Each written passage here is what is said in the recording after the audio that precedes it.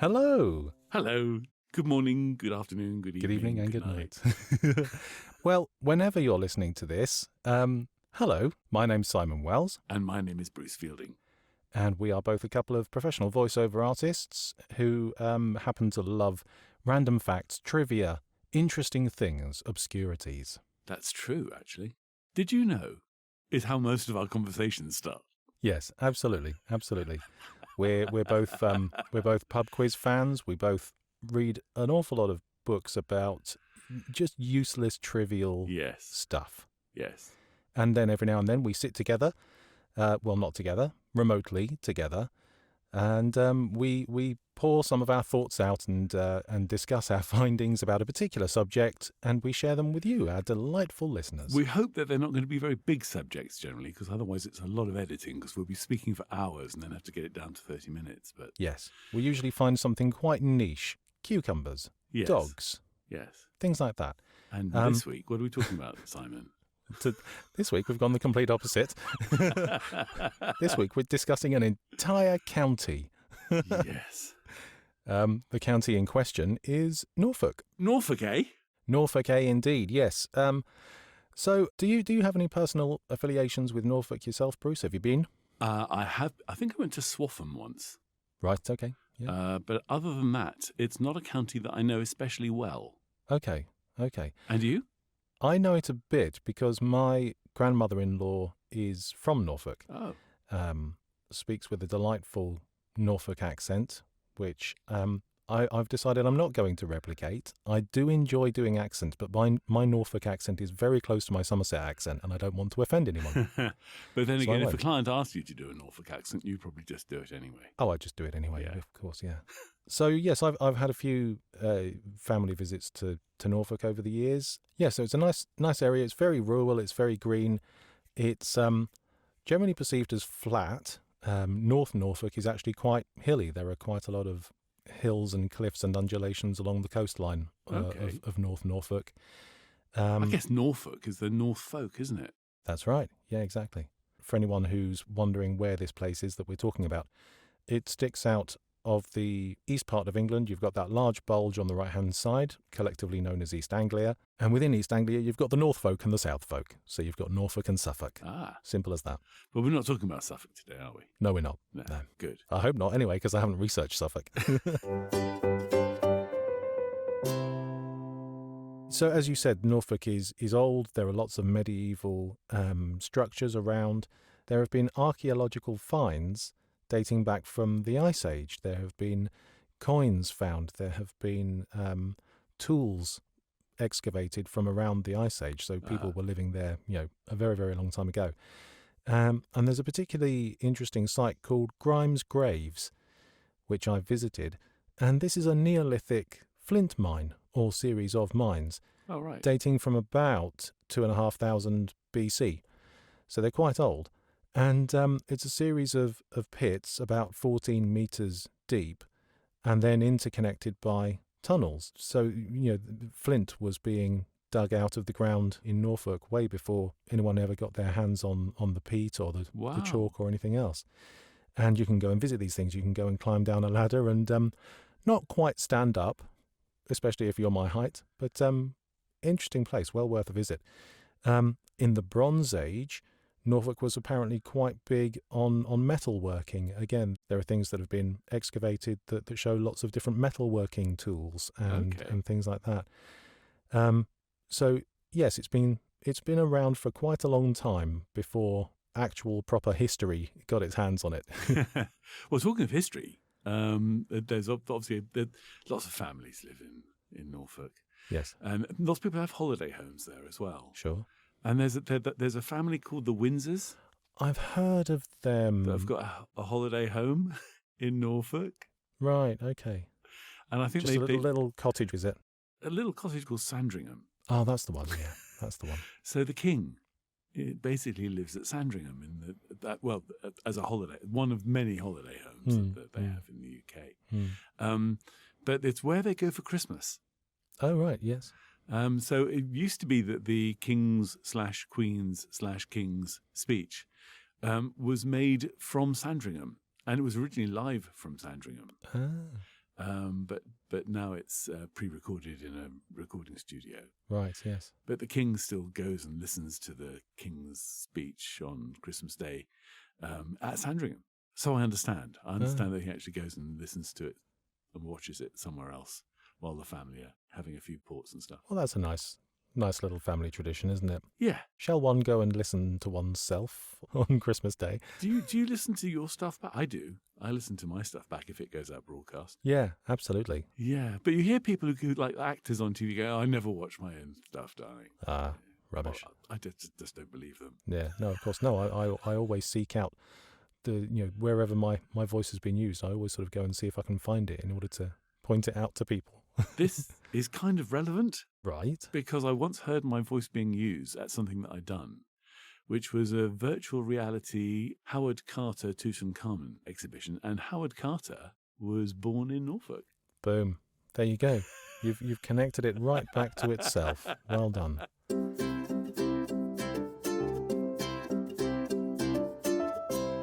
There was something that I was researching, which is very Norfolk, right, that actually is based in Suffolk. Oh. Mention it anyway. So there's a lot of old churches there, and there were a lot of famous bishops and archbishops who came from Norfolk. And the original Nosy Parker was from Norfolk. Right. This is Archbishop Matthew Parker, Nosy Parker, who was a spy for Queen Elizabeth I. Oh, really? That's fantastic. So I thought that was quite interesting. The other thing I found is there's this bloke called Julian, right, who lived in Norfolk. Julian of Norwich, right, is actually not a bloke at all. It's a woman. Okay. And she was one of the first recognised female writers. Oh, really? And she lived in the 14th century.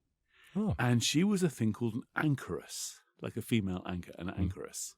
They are amazing, weird people, anchoresses, or anchors. This is new to me. I've never heard the term. So Julian of Norwich decided to give up all worldly stuff and basically live in a box, which is about 6 feet by 9 feet. And she basically lived in this box for her whole life. Wow. And the box was a small building that was attached to Norwich Cathedral. Okay. And there's like little holes for her to get food and to, excrement, whatever needed to come in and out, went in and out through a couple of holes. Yeah. And people would come to the church and they would ask her for advice. Now, I can't believe that you would want advice from anybody who lives in a flaming box. That's unusual. It's very, very, and they were, I mean, some of them, when they went into the box, they were given last rites. It's like, you are now dead to the world. Wow. And you are going to devote the rest of your existence to God in a box. And this was 14th century. Wow. I would strongly suggest that you go to the show notes because I will put a link in to explain what anchoresses did. Wonderful. Now, around not too long after that, actually, I found a world's first that occurred in Norfolk back in 1477. And apparently this is the world's earliest known Valentine card. Okay. And this was sent by a lady called Margaret Bruce, and she sent this Valentine's card to, and I quote, her right well-beloved John Paston. So it wasn't anonymous then? No, evidently not. That was, he came in later on. But yeah, 1477, the earliest known Valentine's card. Isn't that sweet? Isn't that lovely? And that led me to poke around on various different tangents, as often this does. In Norfolk, on Valentine's Day, they have a character called Jack Valentine, or Father Valentine. Oh, right. And he goes round on Valentine's Day, leaving small gifts for children on their doorstep. And these gifts are attached to a long piece of string. And as the children open the door and go, ooh, yippee, a present, Jack Valentine yanks the string and pulls the gift away from the child. Yes. And this is a Valentine's Day tradition that exists only in Norfolk. Yeah. So obviously, there are men and women, or as they call them in Norfolk, they call them broads, I think. You had to go there. I knew one of us would do it. Those Norfolk broads. They are very interesting. They are. There are 41 of them. Mm-hmm. And up until the 1950s, people thought that it was a natural phenomenon. Do, do, do, do, do. But it turns out it isn't. It turns out that from medieval times, people wanting things that caught fire, i.e. peat, Right. would dig hundreds of thousands of tons of peat out of the Norfolk Broads, which created these sort of canal-like things. And then when they flooded, they created these navigable rivers, sort of canal type Waterways, waterways. Yes. Yeah. But isn't that interesting that they thought they were until the 1950s they thought they were a natural phenomenon? I had no idea it was until as recent as that. Yeah. Wow, that's brilliant. As you say, they were just pits that were dug out. I have quite a few lakes around my neck of the woods in Shepperton, which are all ex-gravel pits that have been filled in with water and now provide nice sailing clubs and, and nice little walks and things like that. But yeah, so these pits, I think I read that they were on average about 15 feet deep. And just pit after pit, trench after trench, having dug this peat and also clay for building purposes. And then because it all sticks out on the east coast and because some of it is quite flat, the sea very naturally sort of flooded that area. Yes. Made it very popular for boating holidays. I looked into a very interesting chap who's a harbour master. And his name was Wally Hoseason. Wally Hoseason. Hoseason's Holidays? Hoseason's Holidays. Oh. So Wally Hoseason decided that it would be quite a clever idea to buy up a few boats and rent them out to people and have holidays on the Norfolk Broads. Yeah.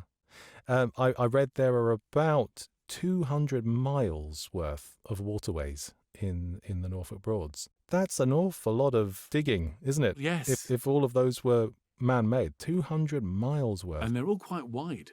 Yes, they are. They're quite broad. Yes. Yeah.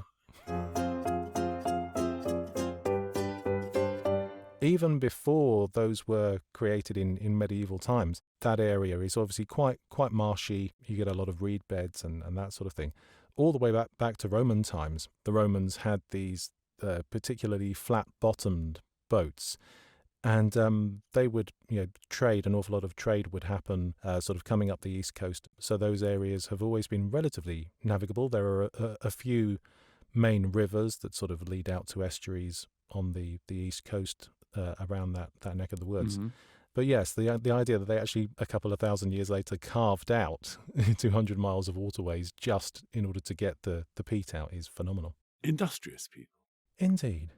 Talking of industries, actually, there aren't that many big industries in Norfolk. There's a couple that I know of, and one which everybody knows of, which is Coleman's Mustard. Oh, I didn't go there.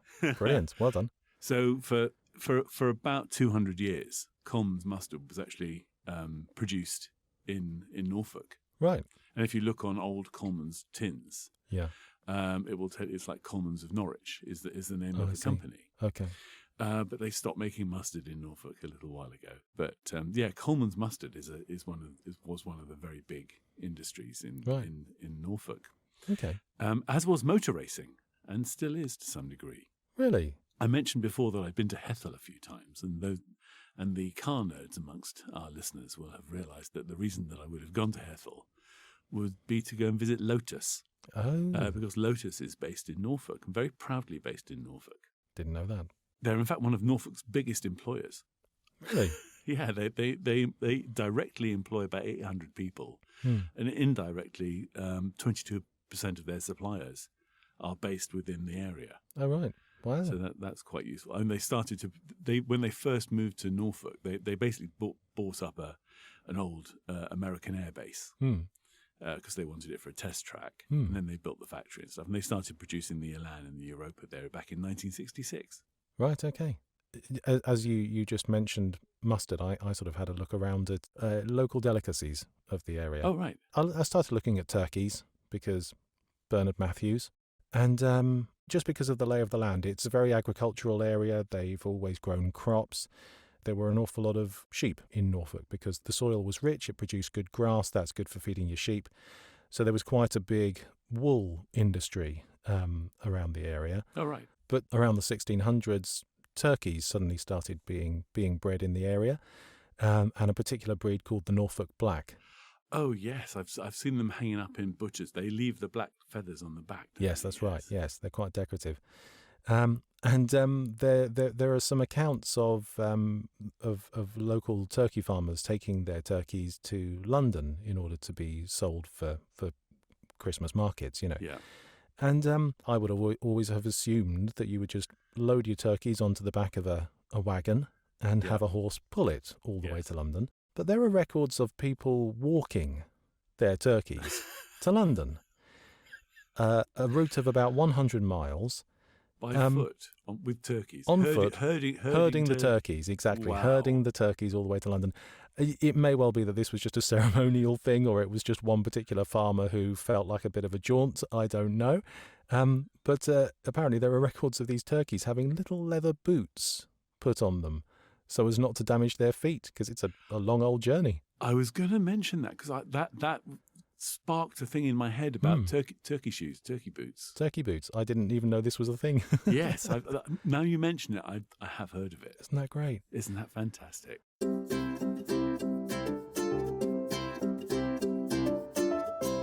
We've got mustard from Norfolk, we've got turkey from Norfolk, and of course we've got crabs. Chroma crabs. Oh, I tell you what, if there isn't a local taxi firm called Chroma Cabs, they are missing out on a trick there. So Chroma is right on the northeast coast of Norfolk. The water around there is very rich in nutrients. As I said before, there's a lot of chalk in the ground around there. And so the water around that coast is quite nutrient rich, and it therefore produces very, very good crabs. Chroma crabs are renowned throughout the world for being very tasty, very flavoursome, quite tender. More white meat. Exactly that, yeah. Yes. Higher ratio of white to brown meat than any other variety of crab. And I've had some crab whilst on holiday in Chroma. And their staple is a dressed crab. So you take the flesh out of a crab, you mush it up and do whatever it is that you do in order to prepare it, and then you stuff it back in the shell and serve it on a plate in the form of a crab. And so the crabbing industry is quite big around there. Yes. And they do it in a very sustainable way. They do it in a very traditional method. They catch the crabs in crab pots, and on the boat they actually check each crab that's caught to make sure it's of a suitable size, and there are legal requirements as to how big each crab has to be in order to, keep like a minimum size of crab. Yeah, exactly. The idea being that if it's smaller than that, it's probably young. Yeah. And it should be thrown back into the water in order to breed, in order to keep the population going. So it's actually a very sustainable industry. That makes complete sense. Yeah. Very time consuming, but sustainable. Yeah, so obviously it's big into boats, into fishing, into sailing, and there is one sort of son of Norfolk that is like more famous than anybody else that ever came out of Norfolk. Horatio, Lord Nelson, was a son of and a proud son of Norfolk as well. Yeah. He was very proud of being from Norfolk. Yeah, he was born up in Burnham Thorpe. I don't know too much about Nelson apart from the fact that he is a Norfolk lad. Right. But it's quite interesting that the Nelson column in Norfolk has Britannia on the top, and Nelson's column in London has Nelson on the top. Interesting. So there's a Nelson's column that isn't Nelson's column. It's a Britannia column. Yes. Great. It's interesting. I've struggled to think of Nelson as being from Norfolk. I imagine him having a cut glass London accent, Yes. I'd actually forgotten he was from Norfolk until you just mentioned it. Well, there you go. So they also have names for things that are quite unusual. Oh, local dialect. Local Lovely. dialect is quite interesting. Yes, go on then. Okay, I'm going to give you some words, and you've got to tell me what you think they are. Oh, fun, a game. Okay. What's a dodman? Dodman. Someone who pilots a boat. Nope, it's a snail. Is it? Yes. Okay. What's a bushy Barnaby? Or bushy or bishy, depending on where you're from. A variety of squirrel. I'll give you a hint. It's if you pronounce the lot, so it's a bushy Barnaby. Bushy Barnaby. Yes. Is it a type of bee? It's a sort of flying insect. Really? Yeah. It's actually a ladybird. A ladybird is a bushy barnaby. Yes. Oh, I'm using that from now on. Did you know the collective noun for ladybirds is a loveliness? Oh, there you go.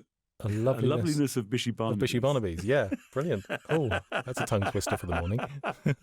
And they talk about people going off and crocking. Crocking. And crocking is crying. Oh, okay. So that was quite interesting. Yeah, brilliant.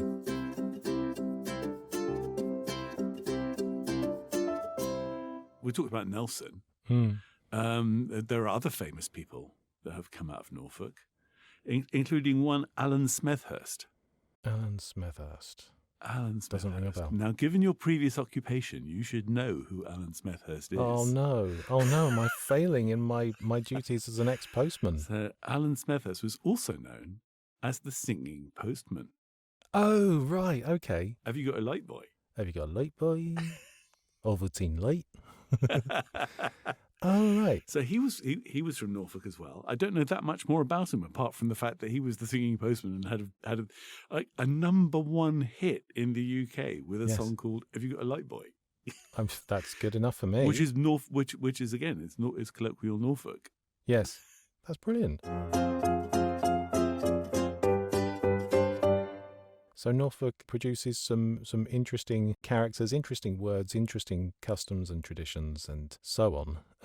I found that there's a ceremony every year that happens in Yarmouth called the Blessing of the Nets, Ah, and ever since I think it goes back to about sort of the 13th century, fishermen would bring their nets in to dry off, and they draped them over the walls of Yarmouth Minster.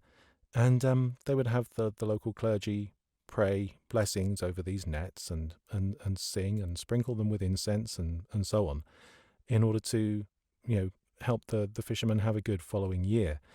And herring was a major, I think still is, a reasonably big industry in the area. yeah. And after the blessing ceremony was done, everyone would just sit round and have a massive, great big herring supper.